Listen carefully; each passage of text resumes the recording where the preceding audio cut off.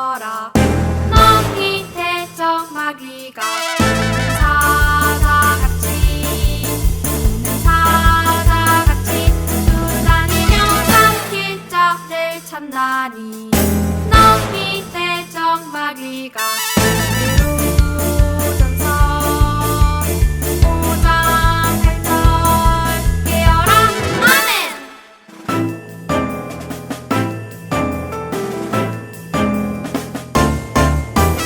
맹신하라 깨어라. 너희 대적마귀가 사자같이 쫓아다니며 삼킬 자를 찾나니. 너희 대적마귀가 베드로전서 5장 8절 깨어라. 아멘.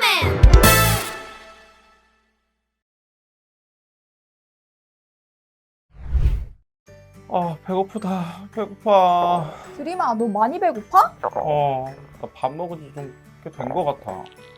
이거 과자 하나만 먹을까? 안 돼. 오늘 저녁에 가족 식사인 거 잊었어? 지금 참아야 좀 이따가 저녁 맛있게 먹지. 그래, 알았어. 근데 너무 배고픈데. 좀만 참자, 드림아. 우리가 맛있는 음식을 먹고 싶은 유혹을 이겨낸 것처럼 참고 이겨내야 하는 것이 있다는 거 너 알고 있어? 그게 뭔데?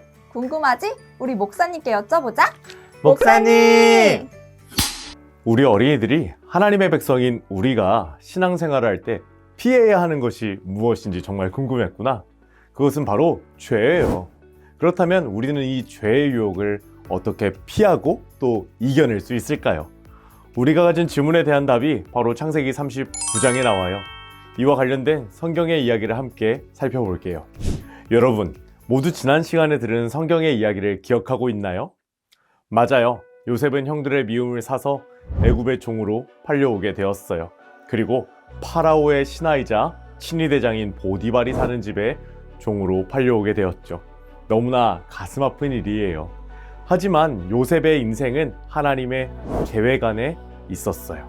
그래서 현재 우리가 보았을 때 요셉의 인생은 정말 좋지 않지만 하나님이 보시기에는 성공하고 멋진 인생이었어요. 성경은 말해요. 창세기 39장 2절의 말씀이에요. 여호와께서 요셉과 함께 하심으로 그가 형통한 자가 되어 그의 주인 애굽 사람의 집에 있으니. 아멘.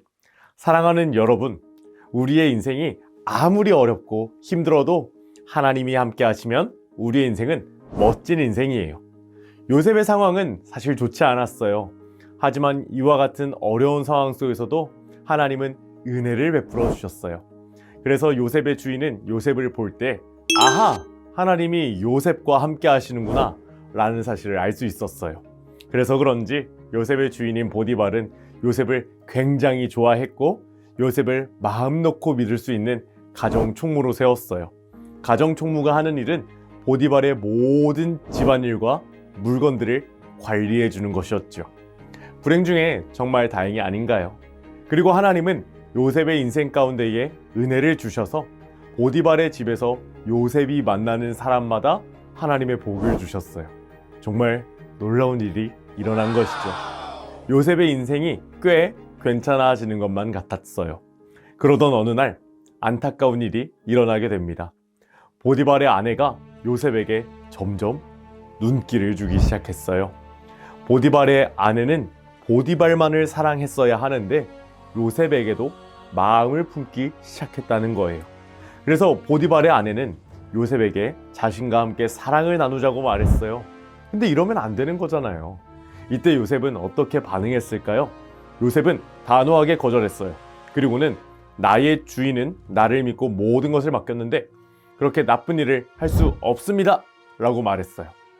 무엇보다 이와 같이 하는 것은 하나님께 죄를 짓는 거라고 말했어요. 하지만 이렇게 말해도 계속해서 보디발의 아내는 요셉을 유혹했어요. 바로 함께 죄를 짓자고 유혹한 것이죠. 하지만 요셉은 주인의 아내와 사랑하는 것을 떠나서 함께 한 장소에도 있으려 하지 않았어요. 요셉이 정말 지혜로웠던 것이죠. 어느 날 요셉이 항상 하고 있던 것처럼 집에서 일을 하고 있었어요. 그리고 이때 요셉은 혼자 있었어요. 그런데 갑자기 보디발의 아내가 나타나서 요셉 옷을 붙잡고 사랑을 나누자 말했어요. 이때 요셉은 어떻게 했을까요? 이 말씀을 쉬운 성경으로 읽어볼게요. 그러나 요셉은 붙잡힌 옷을 남겨둔 채 집 밖으로 뛰쳐 나갔습니다. 요셉은 죄의 자리, 하나님이 기뻐하시지 않는 자리를 피한 거예요. 그런데 이때 보디발의 아내가 정말 나쁜 짓을 벌이기 시작해요. 바로 요셉이 자신에게 먼저 사랑을 나누자고 말했다고 거짓말을 하기 시작한 거예요. 그리고 보디발의 아내는 소리를 지르기 시작했어요. 요셉이 떨어뜨린 옷이 여기 있다. 요셉이 도망간다. 라고 말이에요. 이 이야기를 들은 보디발은 화가 머리끝까지 나게 되었어요.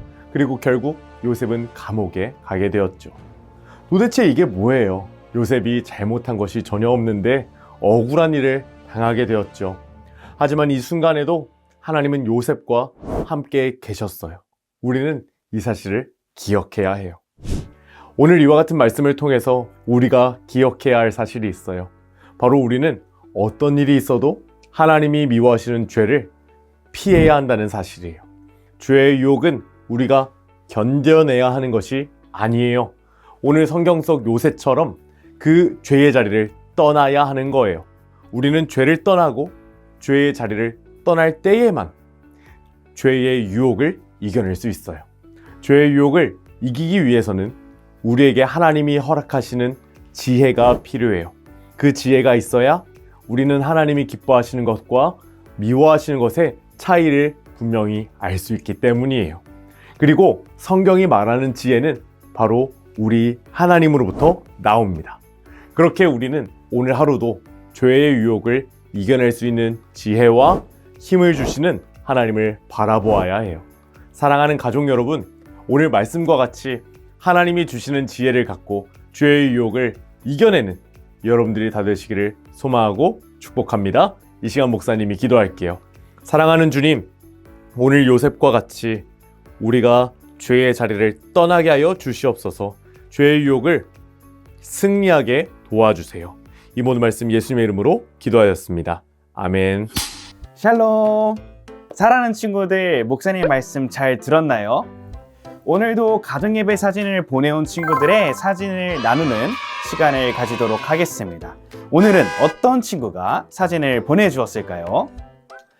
오늘 소개할 친구는 오른교회 2학년 유레아 친구입니다. 저도 레아 친구를 따라 V를 지어보고 싶어지는데요. 하나님 앞에 가정에서도 예배드리는 레아 친구 너무 자랑스럽습니다. 앞으로도 가정예배에 꾸준히 참여해주세요. 이 예배에 참여하고 있는 친구들도 예배드리는 모습을 자랑하고 싶다면 아래 양식을 따라 사진과 함께 메일을 보내주세요. 그렇다면 이제 드림이와 기쁨이를 만나러 가볼까요? 목사님 말씀처럼 하나님의 사람답게 유혹을 이겨내야겠어. 맞아, 쉽지는 않겠지만 죄의 유혹은 우리가 늘 경계해야 해. 지금 영상을 보고 있는 친구들도 가족들과 함께 내가 이겨내야 할 죄의 유혹은 무엇인지 함께 나누고 이겨내도록 다짐하는 시간을 가져보도록 해요. 그리고 우리 가족 모두가 죄의 유혹을 이겨내게 해주세요 라고 함께 기도해요. 그럼 친구들 다음 주에 또 만나요. 안녕.